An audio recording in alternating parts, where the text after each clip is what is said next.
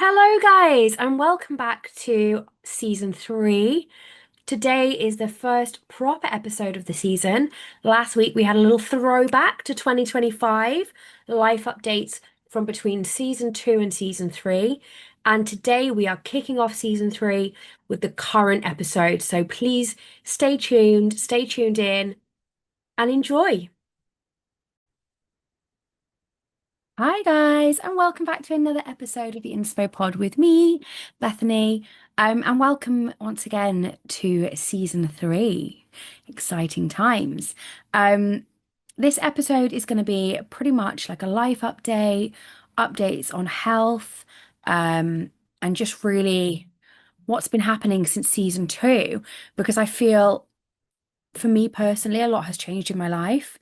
And I do think that the things that have changed and the impact that they've had could help influence someone else, on their journey and especially with health and well-being, because I've made some big career changes, big life changes, and it's kind of had a real knock-on effect on my nervous system and also my immune system, like weirdly. So it's a bit of a weird one. So there's been a lot of big changes, which I'll go into, and they've had a lot of positive effects. That being said, my immune system seems quite low. We are in the depths of winter, so that doesn't help. But it led me to doing some research into why is it when you feel the healthiest you've ever felt and you're the happiest you've ever been and your nervous system is finally calm, do you get ill sometimes?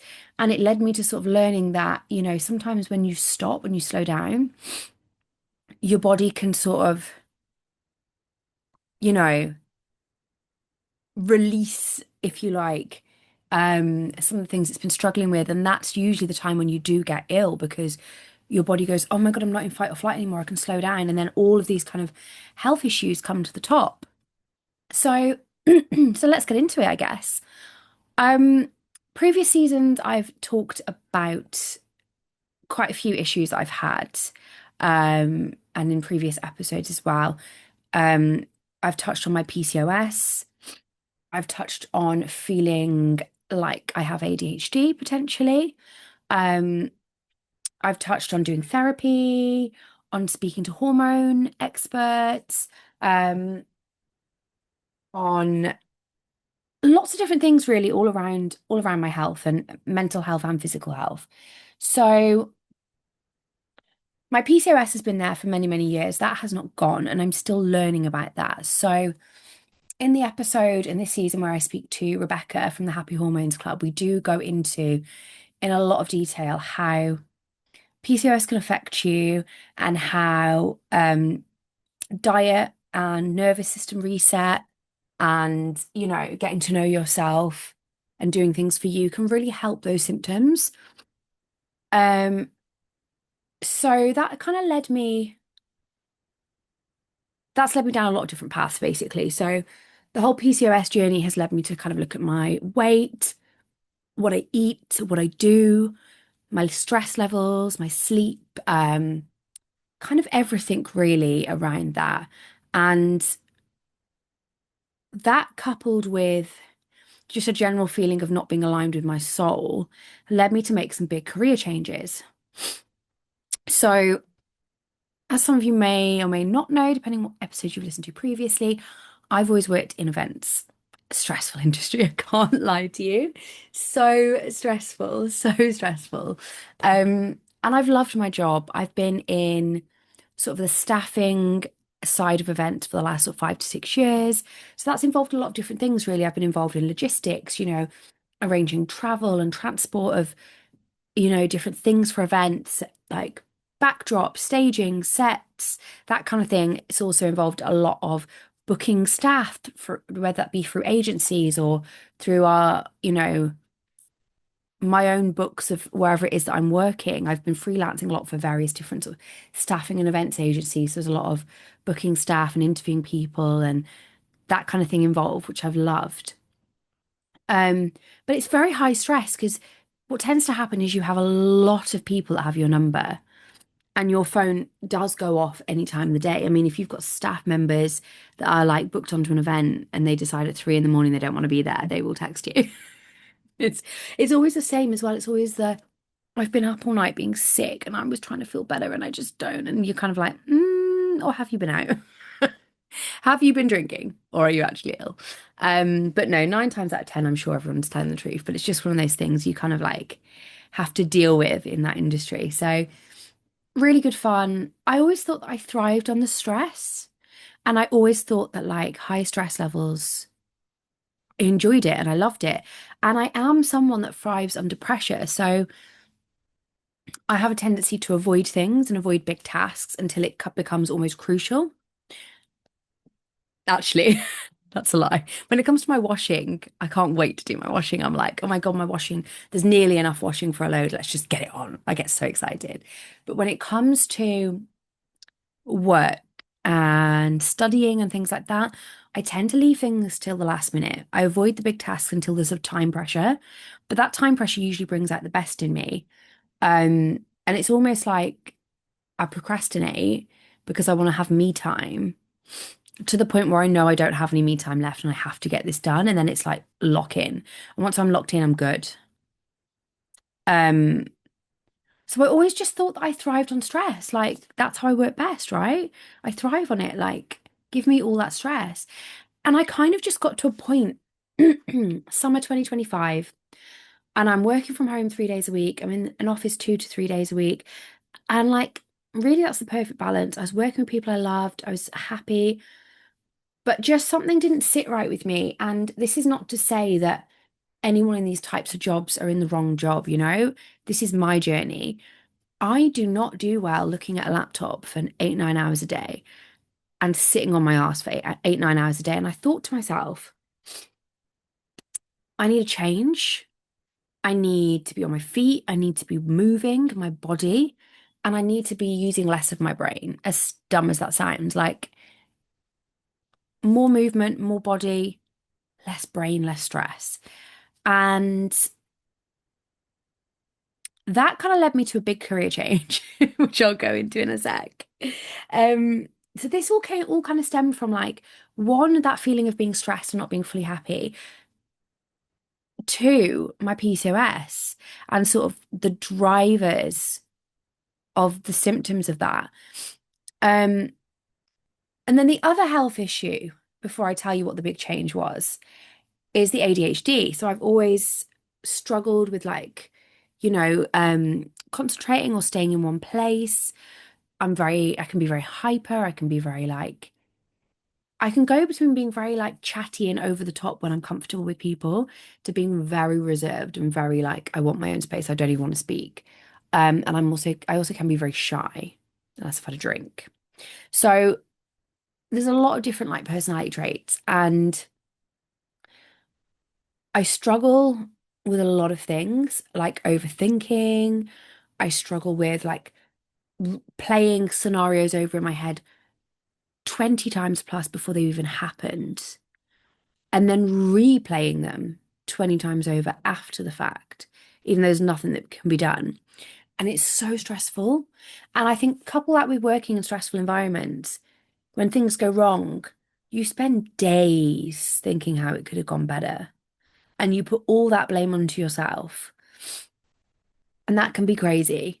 I also find like I have quite an addictive personality. So alcohol, in the past, it's not just been alcohol, there's been drugs, there's been different things involved.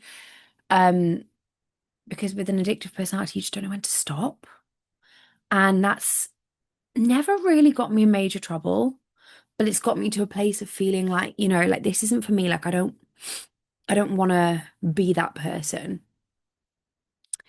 Um, and that sort of addiction trickles to other parts of my life. So I can get addicted to the gym, but then I can get addicted to not going to the gym and addicted to overeating instead, or both. Um, and I'm like, once I'm like in something and I lock in, I'm like crazy obsessed. Anyway, so that was another health issue. And then I've had a few issues with my bowels. So constipation, like that up and down with diarrhea, like IBS type symptoms. I'm always bloated. I've always just thought that's the way I am. Then I realized that that could be linked to my PCOS. And then I've also realized that although it could be linked to my PCOS, it's also not normal and it could be linked to other things. So that then led to a load of doctor's appointments. And even up until the time of recording this, I'm still having ongoing tests and like trying to figure out what the hell's going on. Which is quite refreshing because I've realized maybe I'm not meant to be fat in my stomach.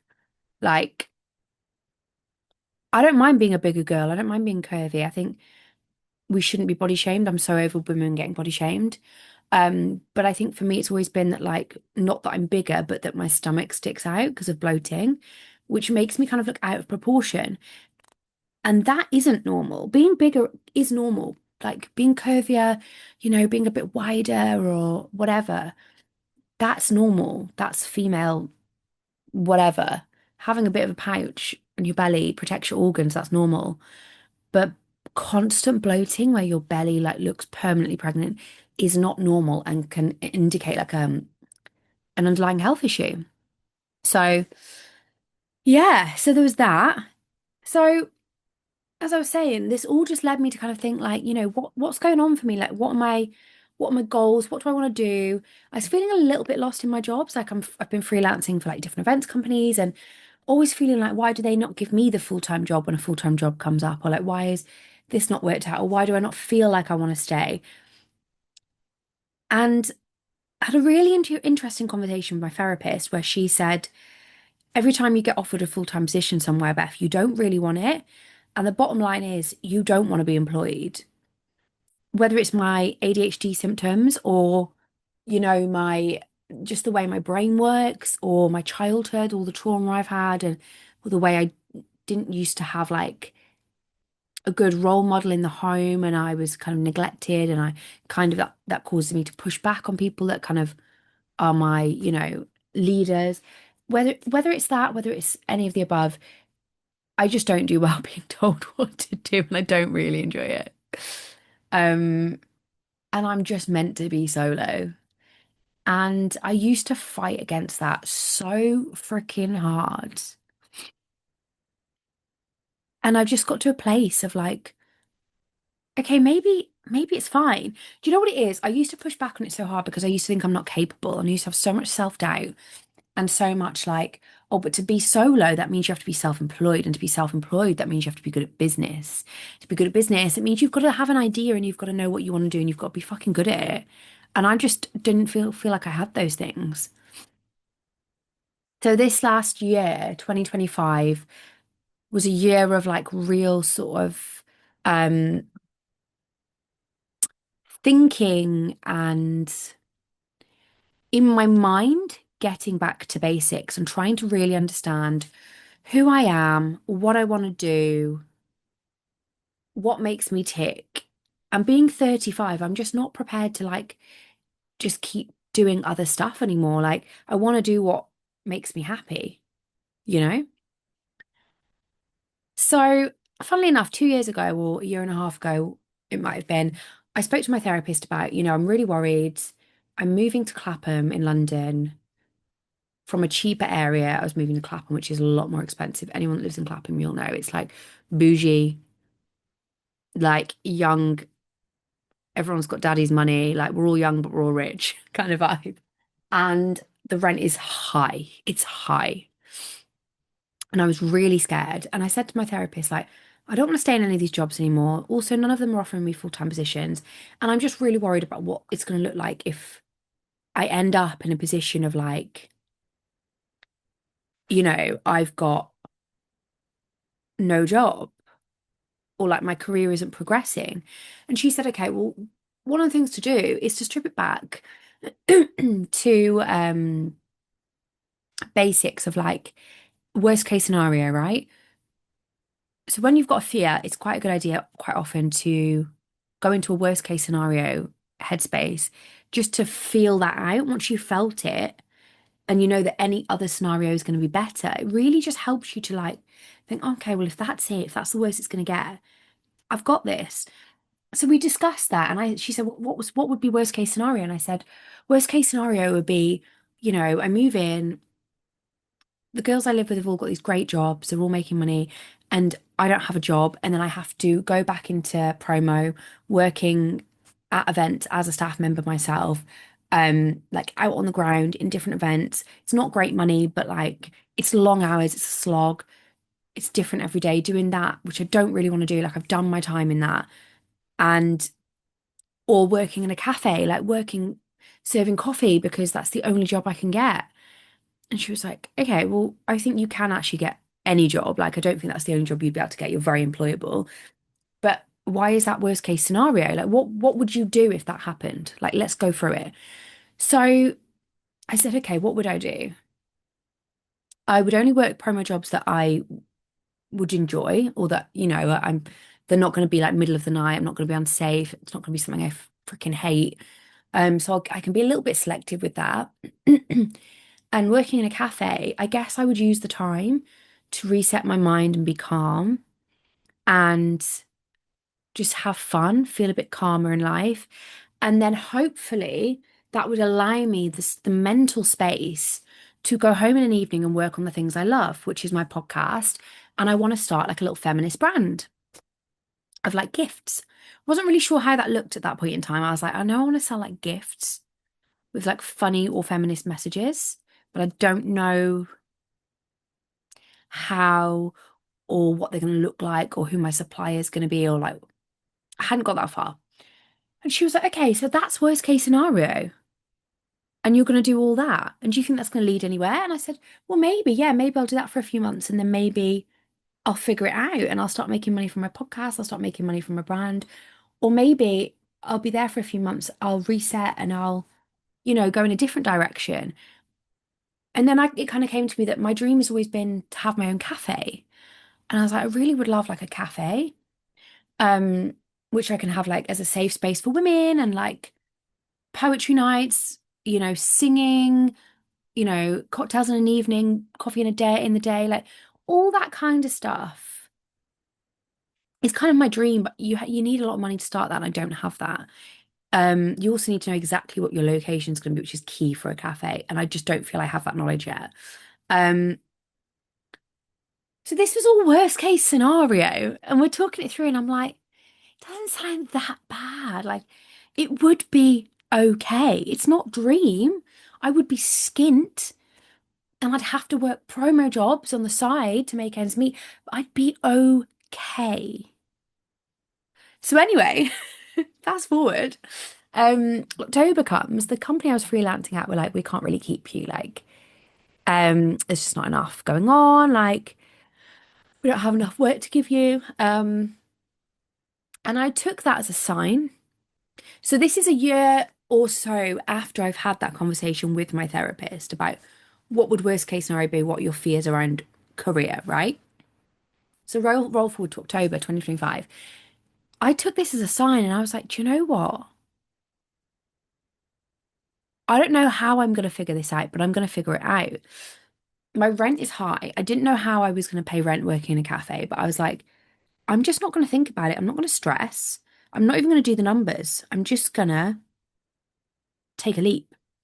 So I'd started looking into my brand and what I wanted my gift brand to look like. And I started applying to cafes and coffee shops around Clapham, close to my house. And you know what? The best thing ever happened. And this is why I believe go for something. Go for what makes your soul happy. Go for things. Don't overthink them. Don't look at the numbers. Don't kid yourself that you need to earn 60 grand or 50 grand to be happy. Like, this is me telling you that this can work, right? So I sent a load of emails out to like coffee shops and cafes and things.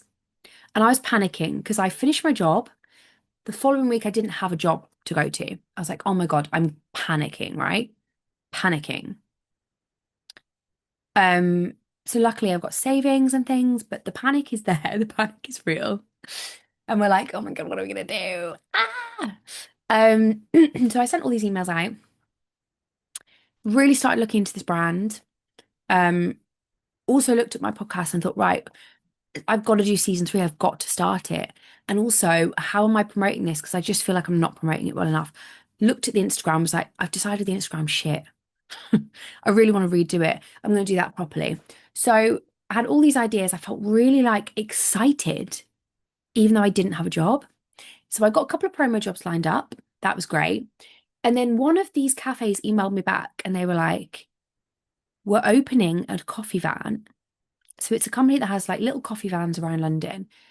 We're opening a new coffee van in Brixton at the end of Ferndale Road, right? Nobody stalk me. Please don't stalk me. Um, and we are opening it in a couple of weeks and we need someone to manage it on their own. I thought, oh my God, great. So I had to go and do a few trial shifts at one of the other vans, which obviously is great because I'm earning money. And I thought, you know what? This could be great. This could really be great.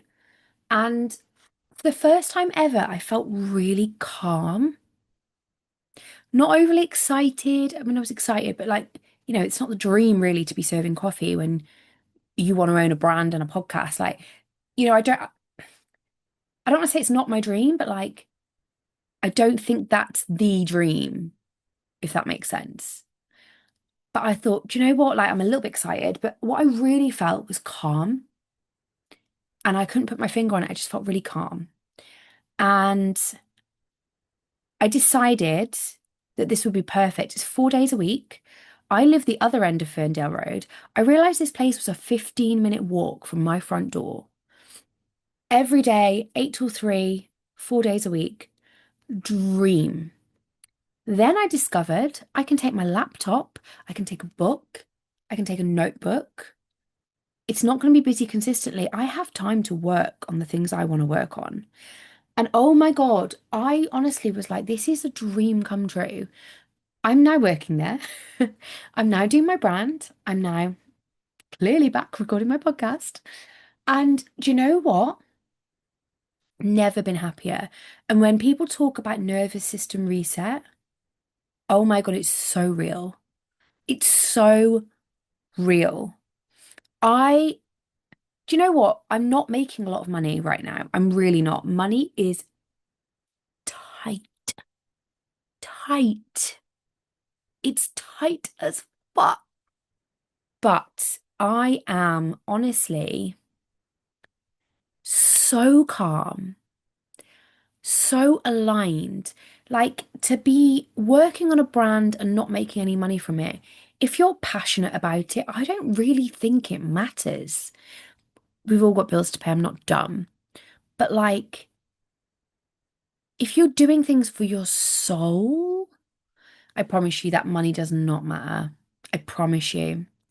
Same with the podcast. Like, this job has given me the space to breathe and to come back to things that I love. And I found, whether it's ADHD or not, or whether it was just stress, I found that the last few years of my life, creativity doesn't always flow for me. So there are times when I can go days at a time where I just don't want to do anything for my brand or for myself or for my podcast. And like, I don't even want to do my coloring books, like, or my paintings, which make me happy. I love painting.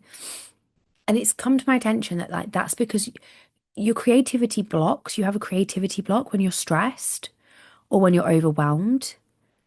And that's what was happening. And I was always having creativity blocks, and that's gone. My creativity is back.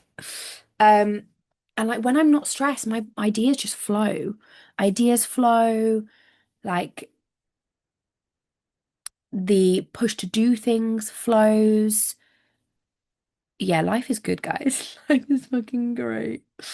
Um, and look, this is a journey. You're going to get more updates because this is not the end goal. The end goal for me is to own my own cafe, but it's also led me to thinking like a really good way of making money could be like a coffee van or a prosecco van or some kind of like van or food truck that travels around events.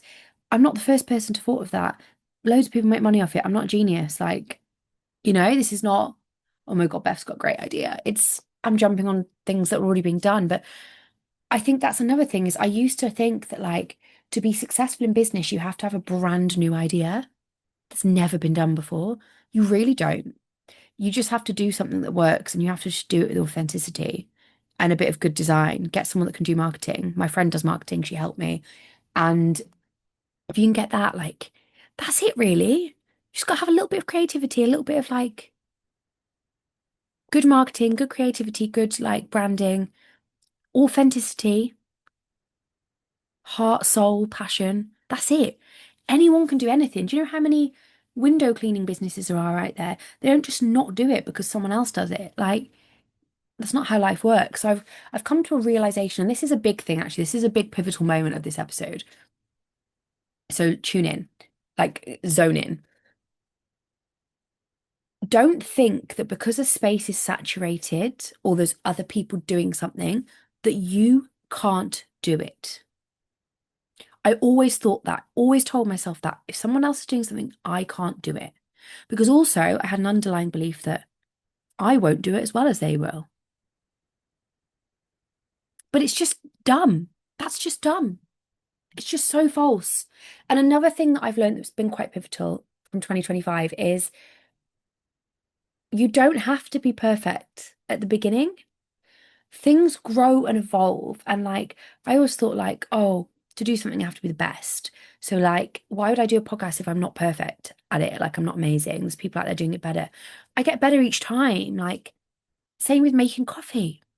Every coffee I make gets better. It's practice. Like, with my brand, that's evolved. I was so set on a brand name for my feminist brand. So set. Like, to the point where I couldn't be budged and I was arguing with people. And people were telling me, I don't really think I like that, Beth.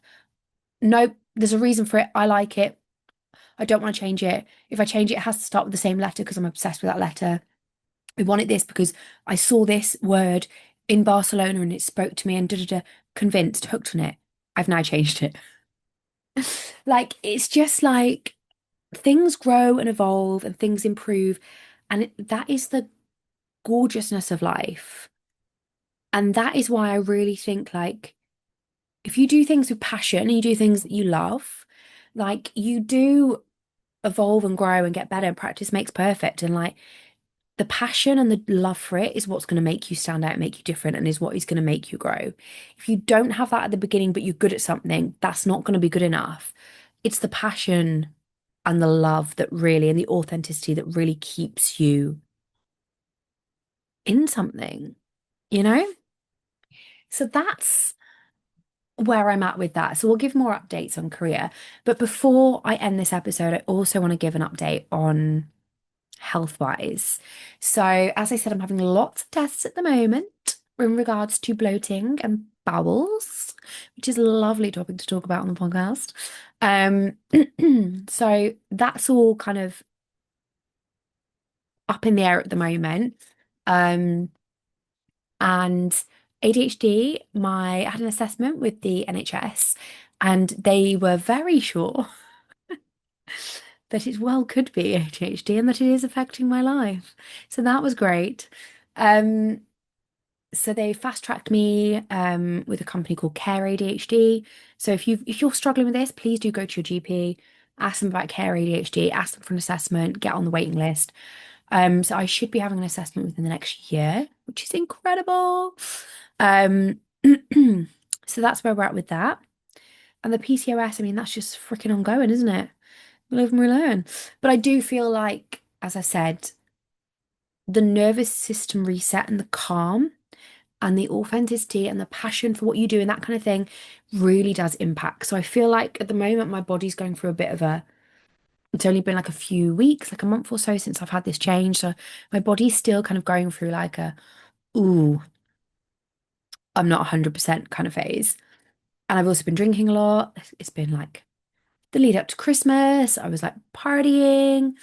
Um, so, you know, it's not perfect. I'm not 100% healthy, but I think I can feel it in my mind. I can feel it in my nervous system. I can feel it in my body that I'm calm. A lot of my symptoms that I think are ADHD, they've also calmed. They're still present, but they're so much better. And yeah, I'm just feeling like a real sense of like peace, I think is the key word. I think peace is such a good word. I think when you feel peace, I mean, that's where you want to be in life. And it's made me realize that that's so much more important than money. Obviously, like, money can buy a little bit of happiness. I do want to have a little bit of money, but the peace just overrides. Like, it's so much more important. If you've got peace in your life and you're enjoying what you're doing every single day, my God, do you have happiness? Um, and I also truly think like poor people are happier in a lot of instances. A lot of millionaires and billionaires are not fucking happy, let me tell you. Um, and a lot of poorer people are because they have community, they have peace, they do things they love. Like, yeah. God, there's a lot of wisdom in this episode, guys. And I forgot to wear my headphones. I normally wear my little noise cancelling, but I'm just not liking the look of them at the minute. I just feel like they're very amateur. I don't know. Maybe you tell me if you're watching this on YouTube, do they look better or worse? I don't know. But I forgot to put them on today. I just felt like I'm just gonna freestyle it. Normally it just blocks out the outside sound so I can just concentrate on what I'm saying. And especially if I'm interviewing someone, it really helps me to lock in. But um I just want to free flow today, freestyle. The sun is shining, it's a beautiful day. And now I'm gonna go outside, get to the gym, go for a nice walk around Clapham Common. Beautiful.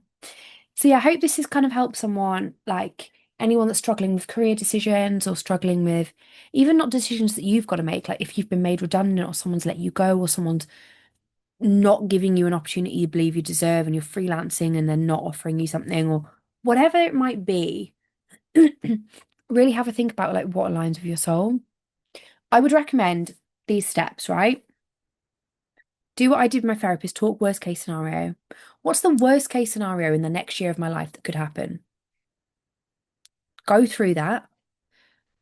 Think why it's worst case. Think, is it really that bad? And then also think, what would I do if that happened? Like, how am I going to use that? Because when we think worst case scenario, we're going to catastrophe mode. And what we should be doing is going, okay, well, if that happened, life actually continues. And you don't just get there and it's like chaos and you die. It's like you get there to that worst case scenario and you go, right, now what am I going to do to progress? So that's what we forget to think about usually. So think about that worst case scenario. Think, is it that bad? And then think what you would do. Like, okay, let's say you lose your job, the worst thing happens, you can't pay your rent. What are you going to do? Think about it, go through the process in your brain, and then you already know what you're going to do. So then, if worst case scenario happens, you've already thought about it, you're prepared. But nine times out of 10, worst case doesn't happen, you know? So that's the first place to start. And then the second place to start is to think what aligns with my soul, what aligns with my body, what aligns with my nervous system, what aligns with who I am. For me, sitting on my arse all day on a laptop did not align with me. I was having back pain, I was stressed, I was feeling like I wasn't doing enough because I was lazy. I was on a laptop all day or getting to sit down all day or getting to work from home. So I thought I feel lazy, so I should have loads of like energy to do other stuff, but my energy was feeling low. I wasn't moving my body, I wasn't losing weight, like just so many things that just didn't align with me. So the next thing is to just think about what aligns. What aligns with my soul and my goals? Like, do I want to be someone that's active in my job? Do I need to move my body more? Or am I someone that maybe you already have a bad back or you already have an injury or you already have something that prevents you from doing that? So you need a job where you can sit down. Maybe you want a job where you're communicating with lots of people because that's what makes you tick. Maybe you want a solo job because you don't like communicating and you want to just work on your own thing. Like, just get aligned with who you are and what works for you and then go out and find that because that is out there. Like it's there, it's out there, you know? Um, and then just try and focus on like progressing, I guess. Get to that next step, get it, make it happen, do it. Um, and that's really all I've got to say. Oh, before we go, let's do some last minute little icks. My ick list is growing. Although I feel a lot calmer in life lately, and I feel like nervous system is good. I'm happy. I'm a much nicer freaking person, I can't lie. Much nicer person, much less agitated. but the icks are still growing. So let's have a little chat, shall we? Um, one of my icks, this will be no surprise to anyone. I feel like I've said this in a previous episode, is smoking and vaping. And I apologize to anyone listening that smokes or vapes. I have friends that smoke or vape, and they know I fucking hate it. They fucking know I hate it. It's the biggest ick to the point where, like, for the last 6 years, my dating profile on Hinge has said if you smoke, don't match me. If you vape, don't match me. It's, I honestly truly feel in a few hundred years' time, humans are going to look back at this era and think, what the fuck were they doing? That leads me to another ick, actually, is fucking Botox and surgery. Like, girls, stop. We don't need it. Your face is supposed to move. You're supposed to have lines when you move your face. I'm 35. I've never had Botox. And look, if you're watching on YouTube, my face moves. It has lines when I move, but also when I don't move, it looks great because I've not had surgery. Botox, I honestly think makes you look older. True. So true. No, no shame to anyone. This is not an attack on women. You know, I'm not with attacking women, but I just am telling you, you don't fucking need it. So I really think in hundreds of years' time, we're going to look back and be like, why were girls filling their face with filler and Botox? Why were men walking around with little pink fucking plastic sticks in their mouth and smelling like strawberry iced tea or fucking raspberry mango chaos or whatever? Like, why? Or like having these little white sticks in their mouth that cause them so many illnesses and make them stink. Like, why? These are not really icks at this point. I'm actually getting these things that make me really angry. Can you tell? Like, I don't get it. I just think we're going to look back at this era of humanity and think, God, we were dumb. God, we were dumb. So dumb. But hey, it is what it is. It is what it is. Um, let's find a funnier ick that's not so serious before we finish the episode. A funny little ick is maybe. Ooh, I've got one that isn't an ick, another one that makes me angry. Probably shouldn't go into this one because I could talk about this for ages, but mansplaining. If anyone mansplains to me, I literally want to punch them in the face, especially if in my luteal phase. In my luteal phase, men better not breathe in my direction. And if you try mansplaining, I will punch you. I will. I really will. And it's sad because some older men, they think they're helping and they think they're being really nice. And I'm just like, you're mansplaining. No, that was not a funny one. Let's find a funny one. Oh, this is an annoyance actually from winter because lead up to Christmas, you'll get what I mean. The big tubs of roses and Quality Street and celebrations and all that fucking jazz, all that good shit. Why is there no chocolate in the box anymore? I paid £4 for one of the big tubs, which I think is quite a hefty price. And I opened the tub and there's more air than chocolate, and I'm fuming. Like, why? And another ick is my actual hair. My fringe never flicks how I want. Again, if you're watching me on YouTube, you've got one side is like almost perfect, just that perfect curve, and then the other side is almost like straight, straight. Ooh. Oh my God. And that's it for today, guys. That's all I want to talk about. I'm going to finish on telling you my brand name, Rise and Rain. Go and look up Rise and Rain UK on TikTok, Instagram, Shopify. Go and have a look. We've got phone cases, we've got all sorts of little gifts, like with strong messages. Go buy, go get them for your friends. Go get your feminist friends like a little gift that really speaks to them. Like, I know that these are things I would want my friends to get for me, or things that I would want to get for my friends.